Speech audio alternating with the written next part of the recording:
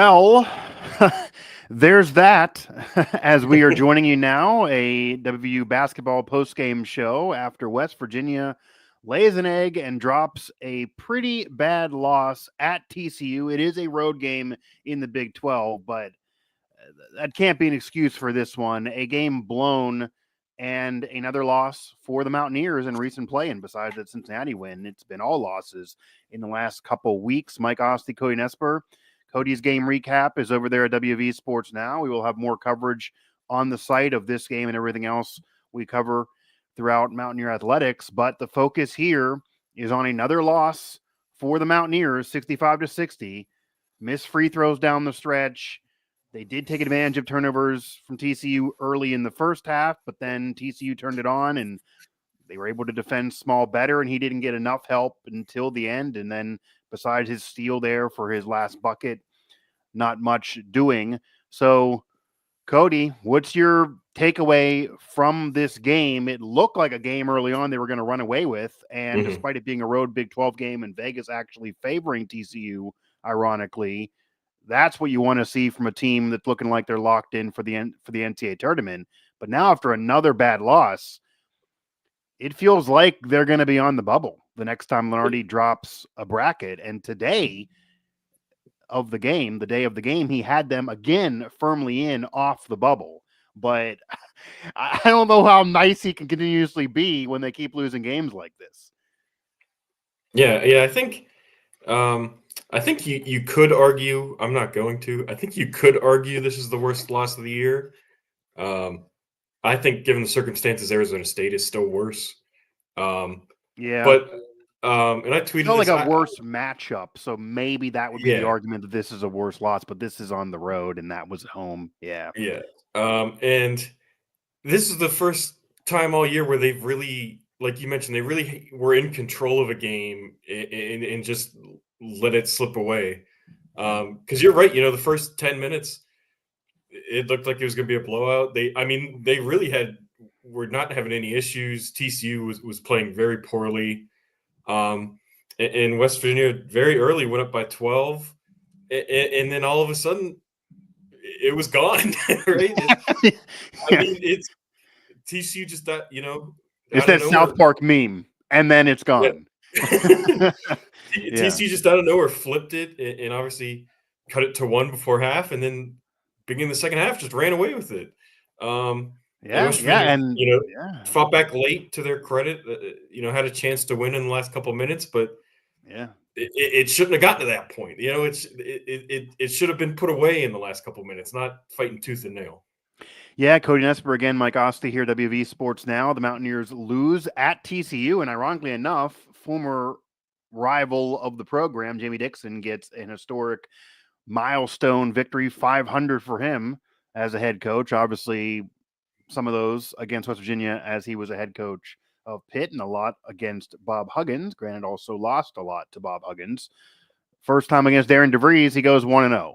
So they have another one with TCU coming up, and obviously going to really need to get that revenge at home. And losing again at Jamie Dixon at home, I think then would be the worst loss of the season, unless TCU really turns it on, because there are TCU fans. I was researching prior to this game. There are TCU fans that want him gone despite being alum. They're done with him, even though he did have recent tournament appearances. Not nearly what he was supposed to do there in terms of no deep runs, and then this year being a rough season. And ends up with this staple victory. And as you put it, this feels worse than the others in a way, because Arizona was such a bad matchup. They couldn't hang with that many bigs, and it felt like they never were going to win the entire game. We talked about it afterwards. The entire game, it felt like a loss. Kansas State felt like that. Pitt, way back in the beginning of the season, we knew it was a loss within the first 30 seconds of the game, really. This was a game they should have won. Despite being undermanned, despite everything, they should have won it, and they blew it. And that, I think, is why this maybe stings in you even more. Was it what TCU did in that second half, and maybe TCU is kind of underrated in some capacity? Was it something they did? Jamie Dixon obviously is a great coach. Or did, again, West Virginia just blow this game? Yeah. So I think there are two things. One, I think, and I believe Mike Casazza just said this, and I read it.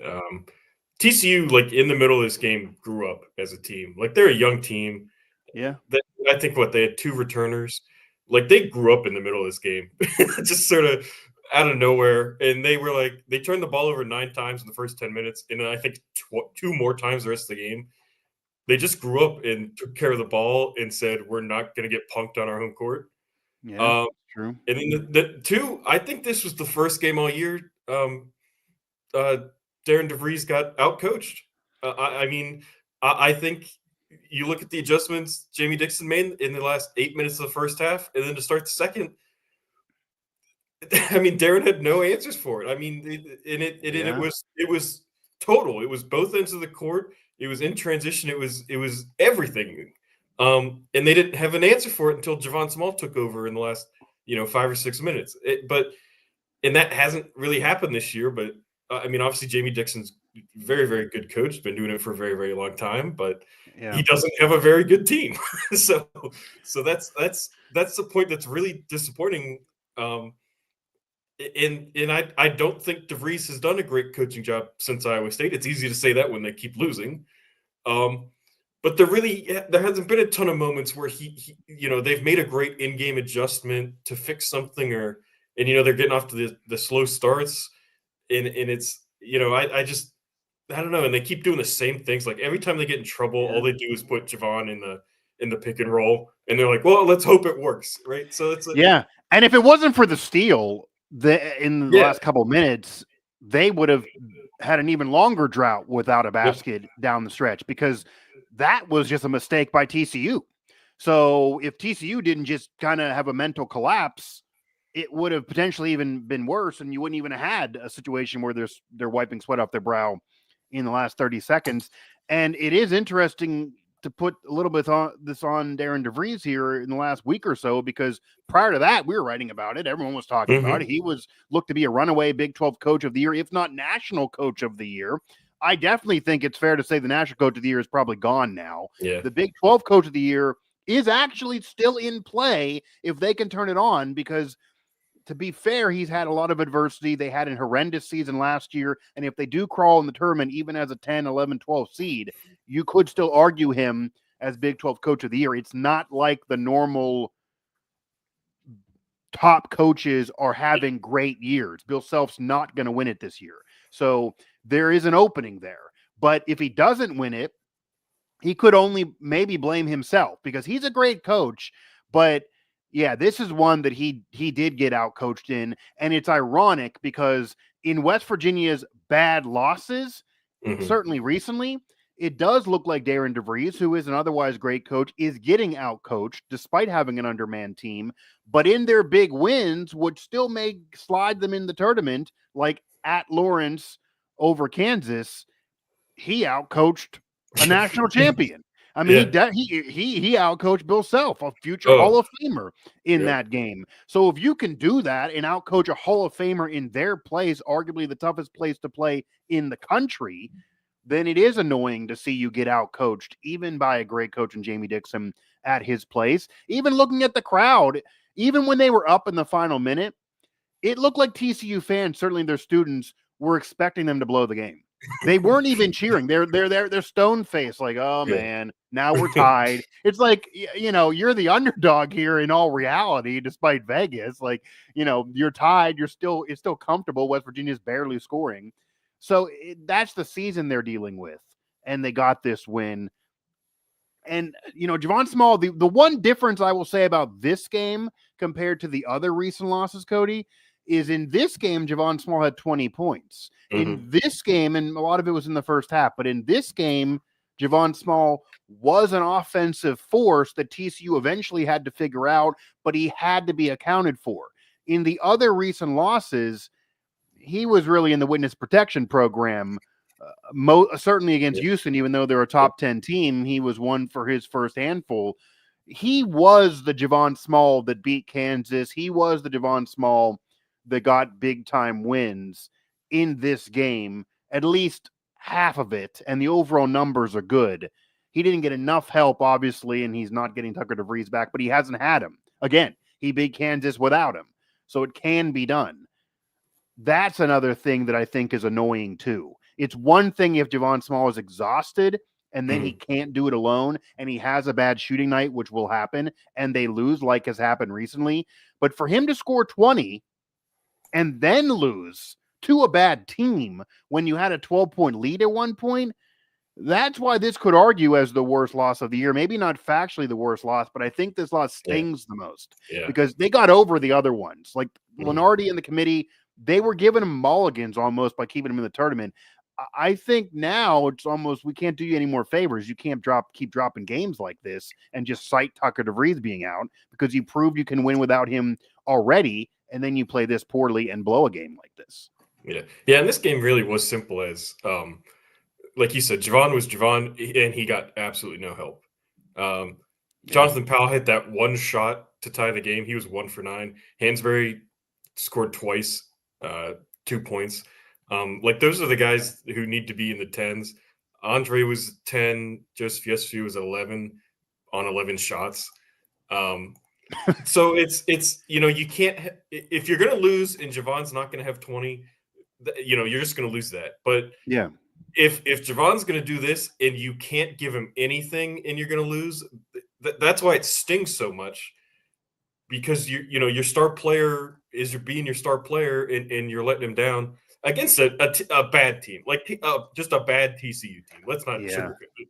Yeah, they're at home because the weirdest thing here in this, I'm almost getting weirded out by the return of some WVU fans. Generally, it's a pretty pessimistic group that even when things are riding high, there are people looking for ways to poke holes in it. But with Darren DeVries, and maybe they're trying to just sprinkle some positivity so he would choose to stay if the Iowa job becomes open and that's his dream and he ends up bolting. But I threw out there no excuses, and I'm getting met with 17 excuses on why this shouldn't be a game that you're upset on. And it was just a bad night at the office. Well, there's been too many bad nights of the office. You can't go win 1 of 5 and then say, tough Big 12 road game. Like, the Big 12 is a tough conference. Sure. It's a tough conference, obviously. But you don't even got to watch the game to have that analysis. But you can't just lose a game when you have a 12-point lead and then you go 0 for 4 down the stretch in free throws. I mean, you throw those on, they only got this as a 1-point loss, and who knows how momentum swings. Like, I don't care whether it's small shooting or not. They're free throws for a reason. That's what they're called. You should be able to make those. Yeah, it looked almost like in that final minute and a half that, again, besides the small steal, the team was just going through the motions and was like, we lost, let's go home. When they weren't out of the game yet. Yeah. So again, maybe that's partly DeVries. I don't know. Like maybe there is a little bit of, did they get too comfortable thinking they were locked into the tournament? Are they also acting like those fans are thinking, we have all these excuses because Tucker's out and we're still in the tournament. So even if we crawl in, that's good. And our expectations aren't even high. We don't really have to do too much. Or are they not getting up for bad teams? Do they get up to play Kansas, but not give a damn to play TCU when in reality you stack these and they're going to cancel out the big wins? And Cody, I will tell you, this program has a history with a lot of great seasons, a lot of championship seasons, whether it be in conference or whatever. And if they end this year not in the NCAA tournament, despite having 3 top 10 wins, which we wrote about has only been done 2 other times in program history, despite the success of deep tournament runs, etc. That's, I don't know if people remember it because it's kind of an obscure stat, but it's so an embarrassing thing that should not be the case. Yeah. Is there anything else from this game besides Small needing help, because that is the easy analysis, that stands out to you? Obviously, rebounding is still a problem. It's been a problem, and it killed them against Arizona State, which is why that was a bad matchup. But this game did not scream to be a game that they should have got killed on the glass. And they were hanging in there in the first half on the glass by the numbers, but then got killed. is rebounding just simply going to kill them more than anything else, or can anything be done there? Because as much as DeVries talks about knowing rebounding was going to be a problem and they got to have effort to fix it, it's not getting fixed. And I'm getting close to having to criticize the players for a lack of effort here. They don't show up on the road. They don't rebound well. DeVries admits he has no answer for why there's not an effort early in games. Then they have an effort early in this game, and then you don't have an effort in the second half. Even in the Cincinnati win, they just cannot put two halves together in terms of effort. Mm-hmm. Yeah, I think I don't think that's unfair to say, Mike, because like if you go back a couple weeks to the Iowa State game, and obviously the sellout crowd plays into it and all that, but Sure. again, that's the double-edged sword of if you're going to make your thing no excuses, is us as the media, we're not going to give you anything, right? Because that's what DeVries says no that's what's excuses. It's in. that's I what the guarantee he's program saying it was. now while we're doing the show. Yeah. I'm sitting here like I'm halfway to making excuses for him, and I have to remind myself he does okay, they don't want that, so we're just going to criticize him. Right? They had a sellout crowd. They came out. They absolutely had the energy and the effort to beat Iowa State, and they haven't had it for the 5 games since. And no excuses. That's you. You failed to do that, right? Like that. The team has not been able to do that. The coach has not been able to get that out of them.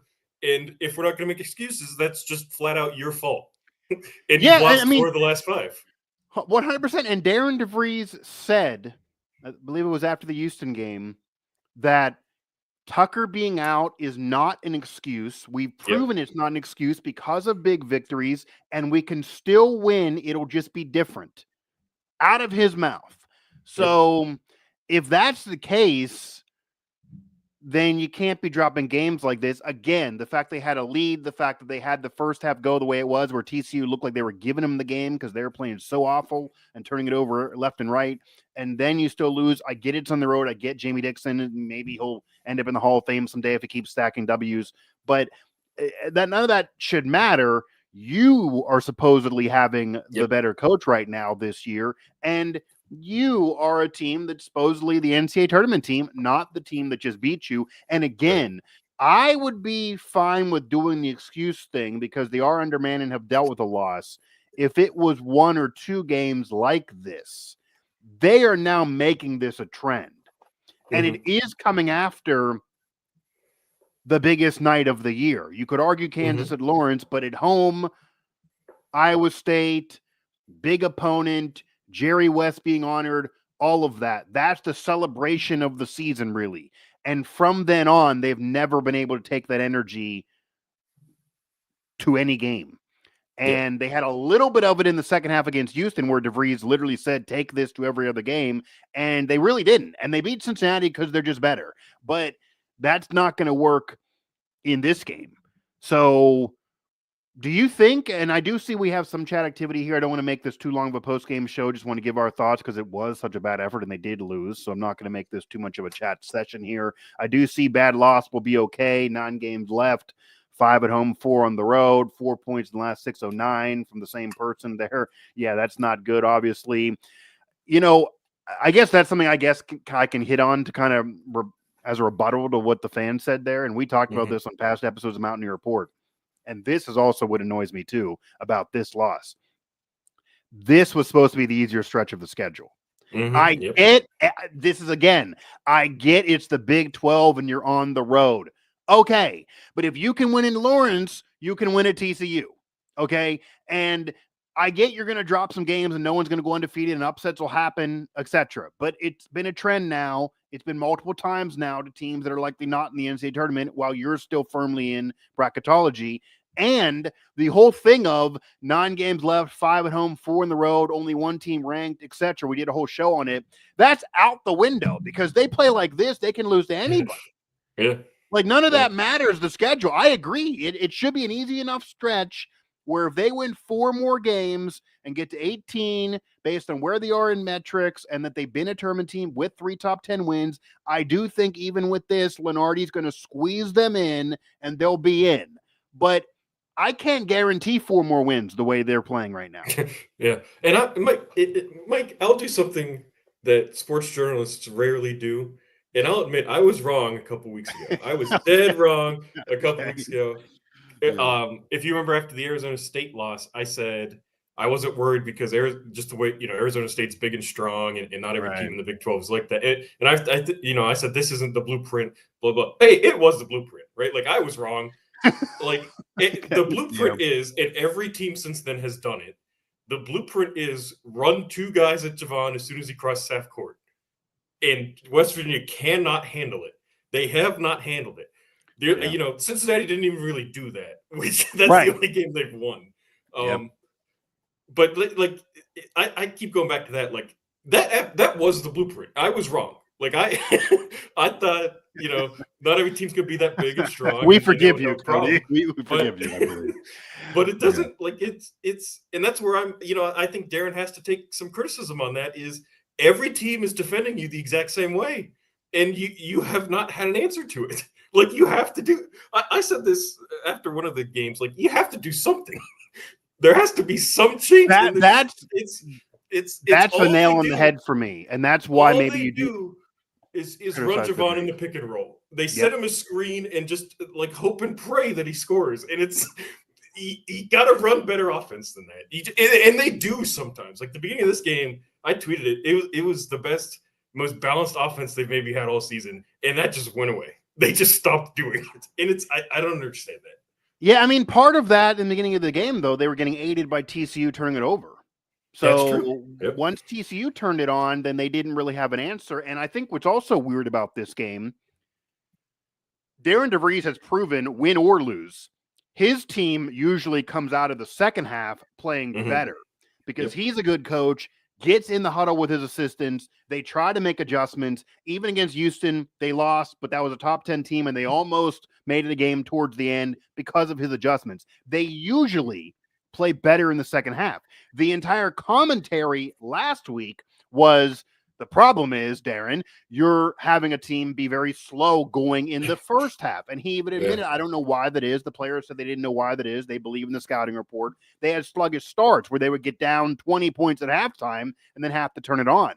In this game, they didn't have the sluggish start. They started off strong on the road. Despite travel and all of that, they started strong. It looked like a team, Cody, that thought, okay, we had a bad week and a half. Thank you, Lenardi. We're on the road. We're better than you. We're going to show you why at least we're getting in this damn NCAA tournament. It looked like they were kind of proving a point a little bit. And then they go in the locker room. Now, the last couple minutes of the first half were rough, too, and TCU made it close. But then they go in the locker room, and I don't know what's discussed in there. I'm assuming Darren DeVries did the same thing he did in the other games where they had great second halves. But they come out of there, and they look like they thought the game was over, and they were going home, or they didn't care, or the effort wasn't there, or, again, it's just small. If you can score, great. If not, we kind of checked out mentally. Like, Andre looked like he did not want to be in that game at all. I don't know what's going on in his personal life, but he looked like that wasn't a game he wanted to be part of. That stuff shouldn't be happening. And when that happens in the second half, that is coaching. And, this is a factual thing here.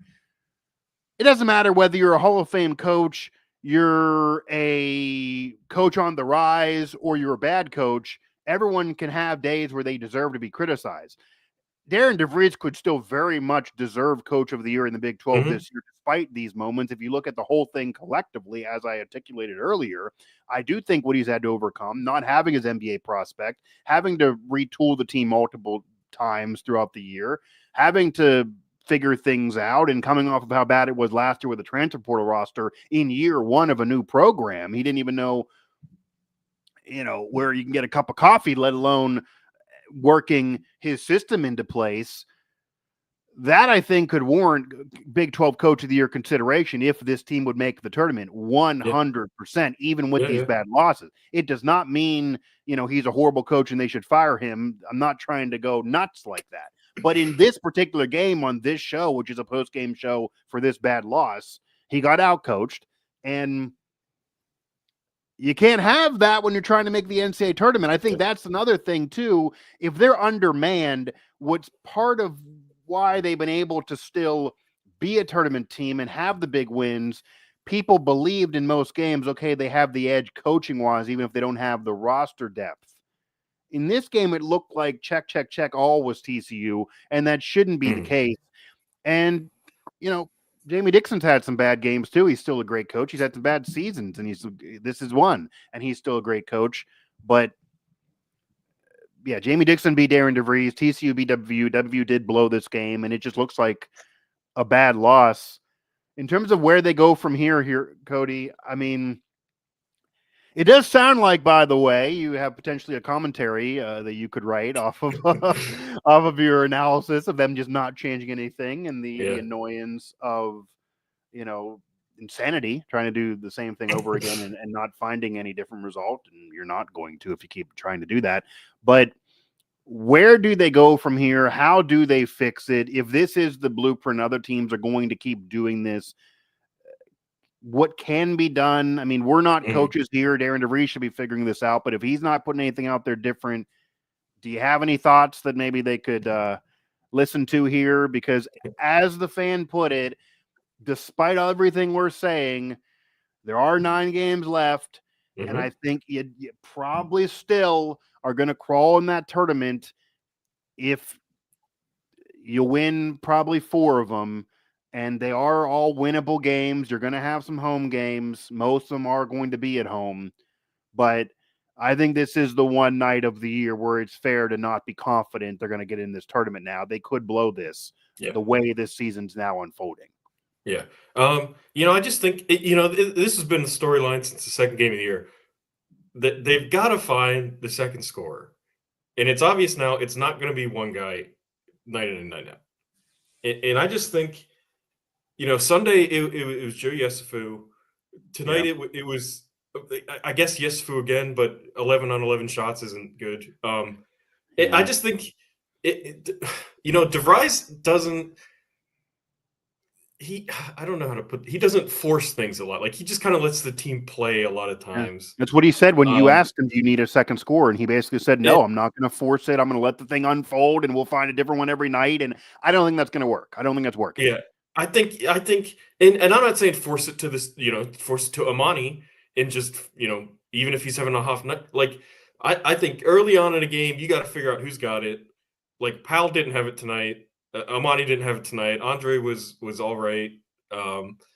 Yesufu was okay, but like early in a game, in like Saturday against Utah, this would be what I would say. Early in the game, find out other than Javon who has it, and be very deliberate about getting them the ball and capitalizing on it. Like early in this game, Toby Okani was the second best player. Like he had a pretty good start to the game, and like this has happened so many times this year, especially with Okani. He just disappears in the second half, and like he just doesn't touch the ball anymore.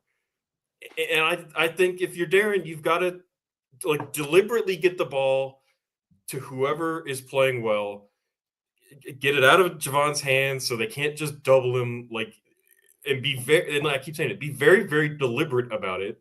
Yeah. Because like we saw tonight, Javon could be as good as he's been all year. He needs a little bit of help. Yeah, right? And then like you saw in the second half, Powell's trying to chuck threes, and like that's not going to work. Like, and that's like, but that's just kind of what we've seen Darren do. Is he does just let him play and figure it out, and he's not like, he's not like some of these coaches where he's calling a play every possession or he's doing it. Yeah, and it's like. We're at a point where maybe you should be doing that. Like if you're in the second half drought, maybe you should take command a little bit and you on one hand you want to let Javon play and create and do it naturally because he's very, very good at it. But at the other hand, you got to steer the team. Like you got to take control of the team and make them win a game. Yeah, and as you say all of that, it just sounds like just feels like he's not going to do it because that goes against what Darren DeVries has been doing. It's not like it's his first year coaching. He's been coaching for a long time, and he's never done that. He doesn't force things. It's why players like playing for him. Yeah. But, something you also got to tell players, and again, Darren DeVries is obviously not in any hot seat. It's year one. He's having a great year as a coach, and he is a great coach. But if you like playing for a coach, do you know the best way to shut up fans and media about a coach when you like playing for a coach? is playing hard for the coach Yeah, and playing well for the coach and winning games. And maybe you can't always win, but there's reason to criticize effort recently. If they were just losing, that's one thing. But now they're getting to where there's reason to criticize effort, certainly in the second half of this game. Mm-hmm. It doesn't look like a team that is trying to win their coach of the year. It looks like a team that is coasting along and figured we're in the end. It almost feels like the team thought after Iowa State, okay, 3 top 10 wins. You know, WVSN says it's only the third time ever. The Final Four national title year, they didn't even do that. So like we're in. So like hell, like who gives a hell about the rest of the year? I'm like that's not the case. There was 20 games left. Like it was not it. There was no parade being scheduled for that. And to answer the fan here as we close up shop, it is very possible they are not as good as we all, fans and media, thought even 2 weeks ago. It is. If TCU can beat West Virginia when TCU's not a good team and not going to be in the tournament, then West Virginia could upset teams. They could beat Iowa State at home on a night where the fans were more into it than they've been into a game in years. They could maybe even nab a little bit of a down Kansas team compared to past seasons in Lawrence when Darren DeVries coaches his ass off. They can win earlier in the season when they had Tucker and beat Gonzaga in Arizona. But maybe it is that they're not as good as we thought then. They are a very flawed team. They would have even been a flawed team with Tucker DeVries. Defensively and rebounding were still going to be issues. Now there's no number 2 offensively. A lot of this falls on Small. You can't rely on him forever. And even when he scores 20, you still lose. You need somebody else. They don't really have somebody else. It could be that even if they do the Cody Nespor philosophy and try to force it, maybe at the end of the day, these players are just really number 3 and 4s, and there is no number 2 because the roster you put together had Tucker DeVries on it, and he hasn't played in 2 months, and he's only played 8 games this year, and you're worrying about a medical redshirt now for next season. So that could be the case. That if somebody would have told you before the season you're getting 8 games out of Tucker DeVries, I'm sure we both would have said, oh, they're NIT at best, and they're not even close to the NCAA tournament at this point. So for them even to be in bracketology right now with 3 top 10 wins, it is borderline a miracle without Tucker. But Jawan Small can't do it on his own. He probably lost Big 12 Player of the Year as well at this point because you can't. He had 8 points in a loss. He had 6 points in another one. Yeah, there's 20 here. But he's going to start having to actually win while carrying them. And maybe they aren't as good as we thought 2 weeks ago. But with all of that said, I do want to make this clear to close this.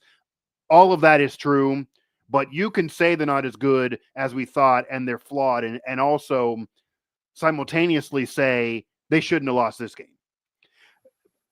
That's all true, but they still blew this game. A 12-point lead in TCU turning it over as much as they did, and 0 for 4 free throws down the stretch, and only the basket off a steal. Otherwise, you can't do anything offensively in the last 2 minutes. That's all unacceptable stuff. That can't happen. D1 basketball, Power 4 players cannot happen. It is funny. They're not as good as we thought they were 2 weeks ago, but they're much better than we thought they were 3 months ago. Right. And you got to feel they're still better than this performance. So, yeah, they're better than who they were supposed to be this year, but they're not nearly as good as, I mean, you know, they were a 2-seed projection at one point. They're winning on the road at Kansas. No, they're not that team. They're not a dark horse Final Four team like was getting talked about nationally in early January. But they also shouldn't be losing as many games to bad teams either. And if they do, it is possible to have a simultaneous thing go on where they overachieved overall in the year and still had a disappointing end if they would not get in the tournament. Because when you had a bumper of 3 top 10 wins, you got to get in the NCAA tournament. Unless Small goes down and you lose him too. Even with losing Tucker, you won those games without him. At that point, you just had to go 500.